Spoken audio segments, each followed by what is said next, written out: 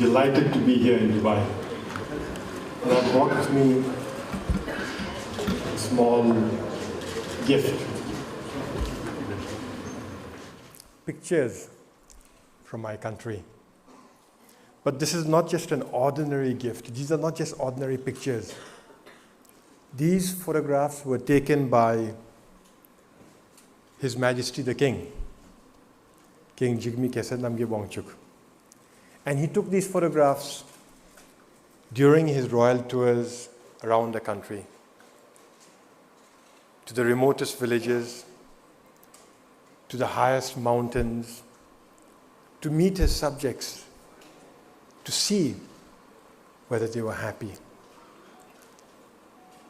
And for those who are not happy, His Majesty the King offers his personal support. This picture shows His Majesty being received by a community in the mountains that live at about 3,500 meters above sea level. And as you can see, they are delighted to receive their king. During my statement, there will be a series of pictures, all taken by His Majesty the King. The last slide is a picture of our Crown Prince. Again, that portrait was taken by His Majesty the King. So let's begin. 2016. How happy were you in 2016? Let's face it, 2016 was a difficult year. The world saw increased terrorism and war, desperate refugees and migrants. Brexit caused anxiety, and so did growing nationalism. Several countries saw impeachments and resignations, and some countries were affected by the Panama Papers and economic turmoil. And just in case all this didn't depress you enough, scientists announced that the year 2016 was the hottest year on record. So if you feel that climate change is real, if you feel there's too much social disruption and political instability, if you feel that our governments are failing you, you are not alone. The simple fact is that governments have not taken the happiness of their people seriously enough. Now, this is strange. As for thousands of years, people have studied happiness, taught happiness, and pursued happiness. From the Buddha and Confucius in the East, to Aristotle and Socrates in the West, and many in between, including the Prophet Muhammad and Al-Ghazali. Great philosophers and religious leaders have devoted their lives to teaching people how to be happy. Happiness is important. So why don't government take happiness seriously?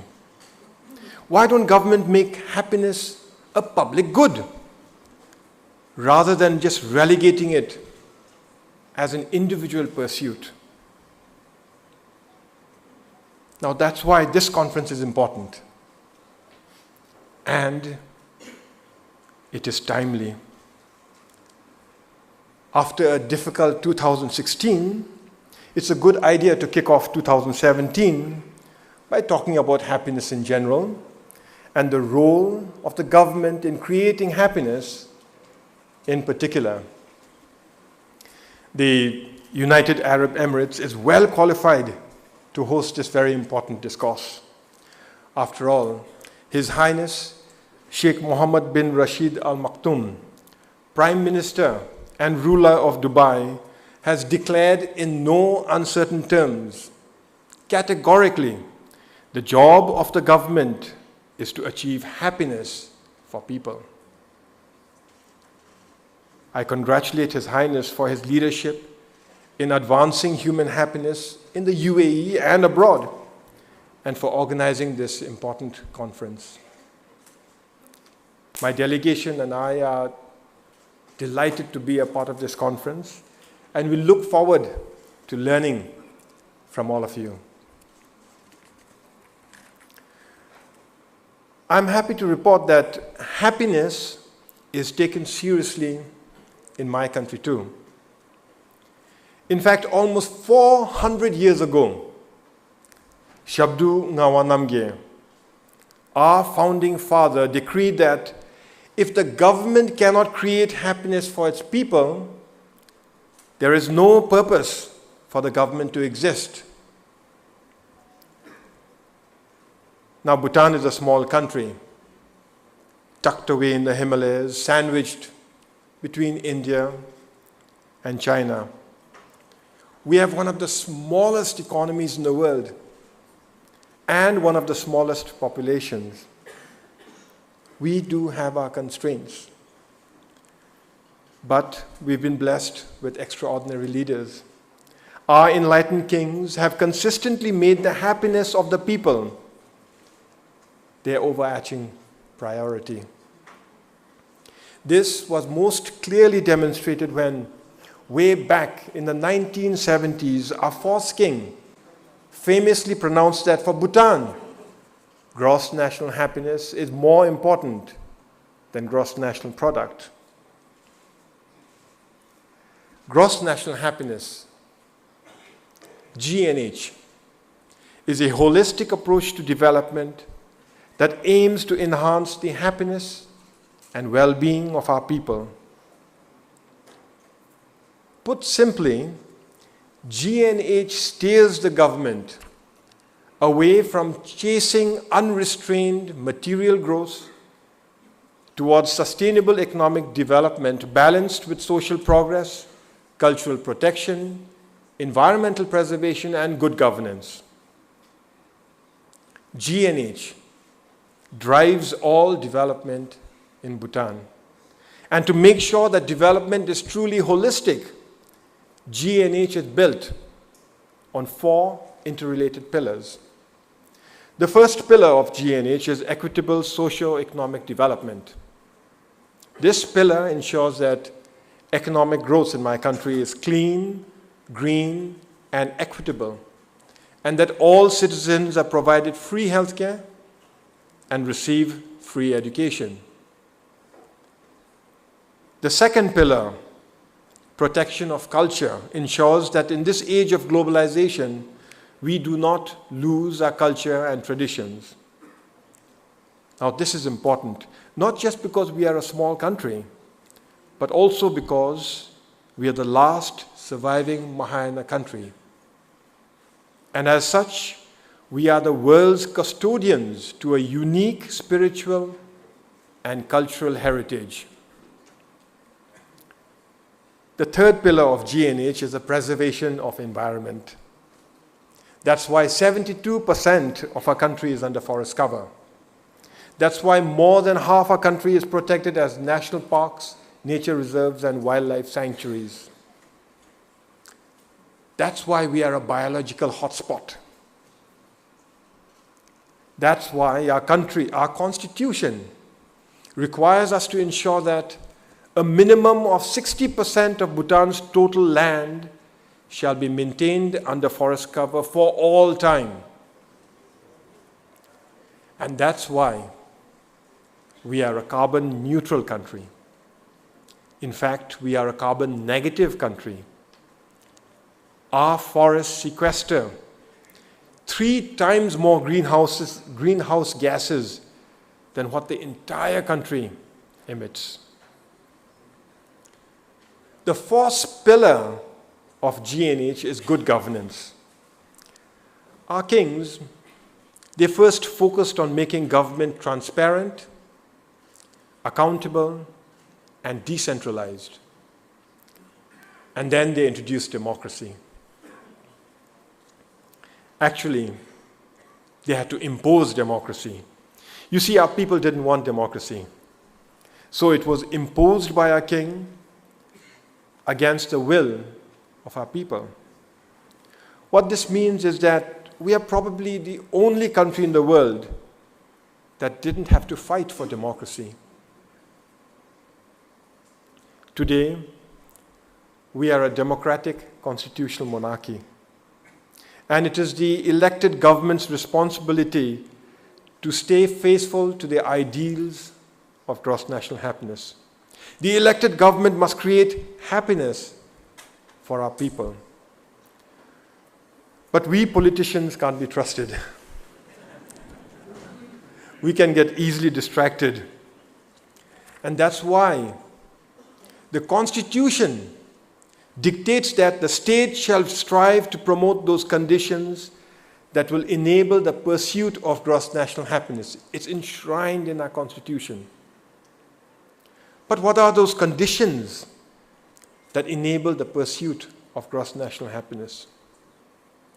The Center for Bhutan Studies, who are our main authority on GNH, have identified 9 domains as the conditions that influence the happiness and well-being of our people.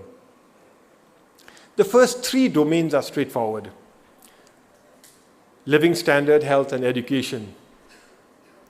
The importance of these have been widely accepted by all governments for quite some time now. The next 2 domains have also gained currency among governments. They are environment and governance. The final 4 domains, however, are, I think, at the cutting edge of government development philosophy. These are psychological well-being, time use, cultural resilience, and community vitality. So there you have it. Living standards, health, education, environment, governance, psychological well-being, cultural resilience, community vitality, and time use are the domains, the conditions for the pursuit of gross national happiness. But how are they implemented, you may ask? How are they translated to public policy? This is where the Gross National Happiness Commission comes in. The Gnh Commission is composed of ministers, government secretaries, and heads of autonomous agencies, and is chaired by the Prime Minister. The main job of the Commission is straightforward. It is to ensure that all government policies are GNH friendly. Incidentally, this also must be what occupies Her Excellency Ohud Al-Rumi, the UAE's Minister for Happiness. Your Excellency, it was such a pleasure to receive you in Bhutan. You are truly an ambassador of happiness to the world.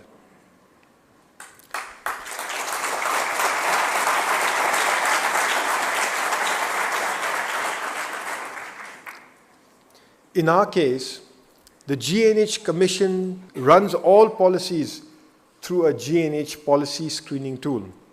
The tool screens each and every policy against 22 indicators that influence the happiness of our population. Material well-being is obviously one of those indicators, but so is equity. And then there's transparency and anti-corruption. Gender is an important indication. Pollution, public health, values, and stress are some of the other indicators. The influences of proposed policies on each and every indicator are carefully studied, debated, and analyzed. And only if they pass the Gnh screening tool are they approved for implementation. Many policies don't pass, so they are sent back for review, revision, and improvement till they are deemed to be Gnh friendly. some policies face outright rejection. Recently, the government's mineral development policy was rejected by the Gnh Commission. It was considered too polluting and too unsustainable. Similarly, the Commission has decided that the government should not join the WTO for the time being. Some members felt that increased global trade may harm our environment and perhaps even erode traditional values. The tourism industry is subjected to a high-value, low-volume policy, and tourist numbers are strictly monitored. But please don't let that prevent you from visiting Bhutan. You should visit us soon, especially in the summer, when my country is cool, moist, and lush. So let me recapitulate. Gnh drives all development in Bhutan. The four pillars of Gnh are equitable socio-economic development, protection of culture, preservation of the environment, and good governance. To ensure that politicians and elected governments remain faithful to Gnh, the Constitution requires the state to promote those conditions that will enable the pursuit of cross-national happiness. The 9 domains of Gnh define those conditions that enable happiness. They are living standards, health, education, environment, good governance, and psychological well-being, cultural resilience, community vitality, and time use. The Gnh Commission subjects all government policies to a Gnh screening tool to ensure that policies contribute to the overall happiness and well-being of our people. So this now brings us to the important business of measuring Gnh. We know that what we count matters. What we count gets done. What we count ultimately influences policy agendas and the decisions of government.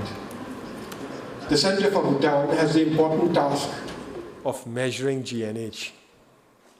The Center has conducted 2 national surveys so far, one in 2010 and the other in 2015. Unlike most other happiness surveys, Gnh index is not just a subjective indicator of happiness. First, on subjective happiness, people were asked, taking all things together, how happy would you say you are? Overall, people recorded higher levels of subjective happiness in 2015 as compared to 2010, which is a good thing. But what's more interesting, what's more useful, is shifting measurement from the economy alone or from subjective happiness alone to include other critical domains of people's lives that lead to enhanced well-being. That shift in measurement is achieved by studying the 33 indicators that together make gross national happiness. These 33 indicators contribute to the 9 Gnh domains that define gross national happiness. These include standard indicators like income, housing, schooling, but also mental health, the number of healthy days, emotions, whether you are angry or not, and spirituality. Family, safety, and the environment are also considered. So is sleep sufficiency. Are you getting enough sleep? And government performance. Is the government performing or not? Measuring Gnh, as you can see, is a massive exercise. The 2015 survey had 149 questions, and each questionnaire took about an hour and a half to conduct. The 2010 survey was even bigger. It had 249 questions, and each questionnaire took a staggering 4 hours to conduct. So measuring GNH is difficult, but it is important, and the results are revealing. The GNH index increased from 0.743 in 2010 to 0.756 in 2015. So a slight improvement, an improvement nonetheless, in the overall happiness of our people. Overall, 91.2% of the people were measured to be happy. Here, the resulting condition, the word happy, simply means that 91.2% of our people enjoy sufficiency in at least half the GNH domains. 43.4% were recorded as deeply or extensively happy, meaning that they achieve sufficiency in at least 2/3 of the domains. Compared to 2010, the happiness of women increased more than the happiness of men, indicating reduced gender inequality, which is good. But they still lag behind the overall happiness of men. Not so good. Similarly, happiness for rural people increased, but those living in urban areas were still considerably happier. We need to do a lot more to improve rural livelihoods. Farmers are less happier than other occupational groups. Now, this is cause for concern, as most of our people are farmers. Single and married people are happier than divorced or separated people, clearly indicating that it may be a good idea to stay happily married. More educated people are more happier than those that are less educated. Now, here's an important finding. Compared to 2010, our people are getting more sleep, 14 minutes more sleep, and we believe that this contributes to their overall well-being. And here's another important finding. People's perception is that government performance has room for improvement. In other words, I need to work a lot harder. Government services have recorded an improvement, yet people's perception of government performance has eroded. And this gives our society a lot to think about. Anyway, you get the point. The GNH index provides an abundance of interesting data. The authority on GNH, who defined the 9 domains, who developed the Gnh Commission's GNH screening tool, who defined the 33 indicators of the GNH survey, who actually conducted the survey, analyzed the results, and provided them, is Tashokarma Ura, the president of the Center for Bhutan Studies. All this can be a bit confusing. It is a lot, but it is absolutely fascinating, and it is fundamentally essential. And if you are interested in knowing more, Tashokarma Ura is the foremost authority on happiness. Ultimately now, the GNH index gives us a glimpse into the well-being of our people, a snapshot of our quality of life and how it is changing, for better or for worse. But it also provides a wealth of important information. This information is used to revise and define public policy with the aim of enhancing happiness. Let me give you 2 quick examples of how we use the results. The State of the Nation address I delivered last year was based entirely on the 2015 Gnh survey. This compelled the government to go through the results carefully, understand them, and announce policy measures to address areas that need improvement. For example, the government announced measures to step up programs to improve rural livelihoods. And we decided to increase maternity leave threefold from 2 months to 6 months. The second way we are using the Gnh survey results is by incorporating them into our 5-year planning cycle. We have already decided that the broad objectives and priorities of the next planning cycle will correlate precisely to the 9 Gnh domains. And the 2015 Gnh indicators will be used as a baseline for the plan.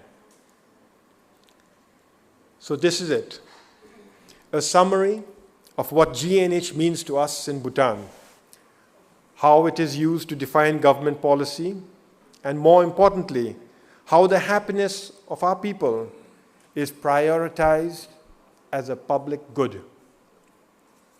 Are we there yet? No, we are not. We have a long way to go.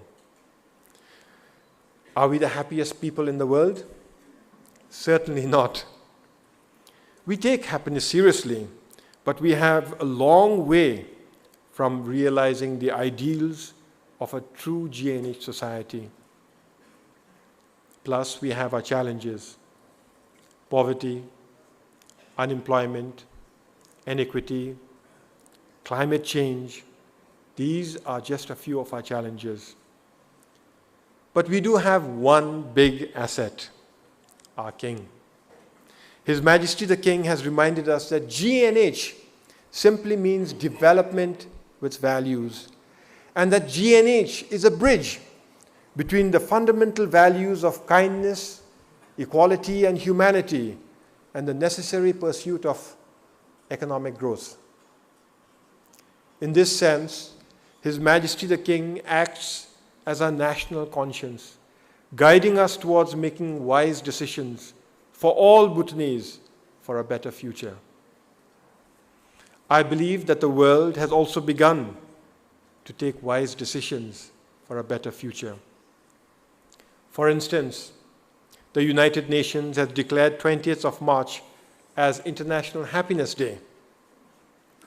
This gives governments the opportunity to reflect and to think about if their priorities and policies are contributing to the long-term happiness and well-being of their people.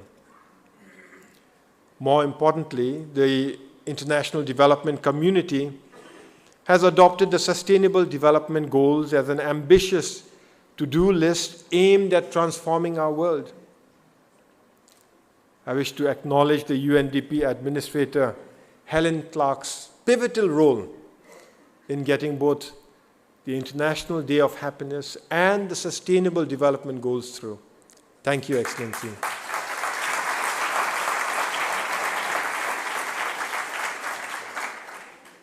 Slowly but surely, governments are accepting that the solution to happiness and well-being clearly lies in changing the very purpose and the goal of development. If the basic purpose of development were changed from the pursuit of profit to the pursuit of higher well-being in all its dimensions, the true level of happiness in the planet would certainly go up. This is what the Stiglitz-Sen-Fatosi Commission has stated.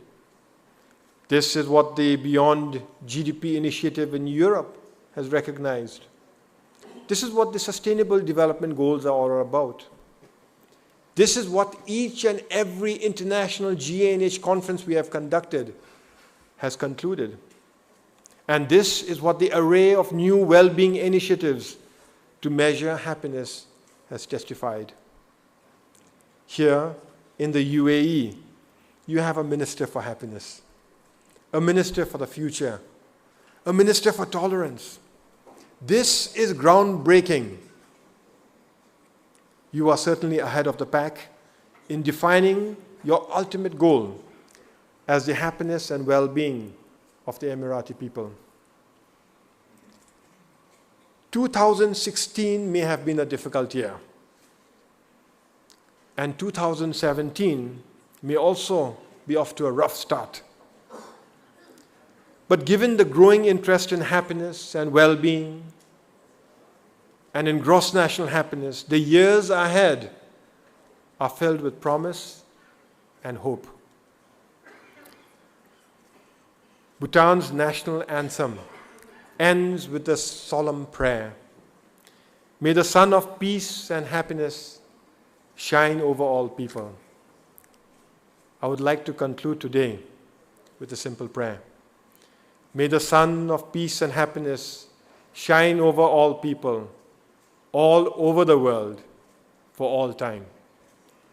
Thank you very much, and Tashidele.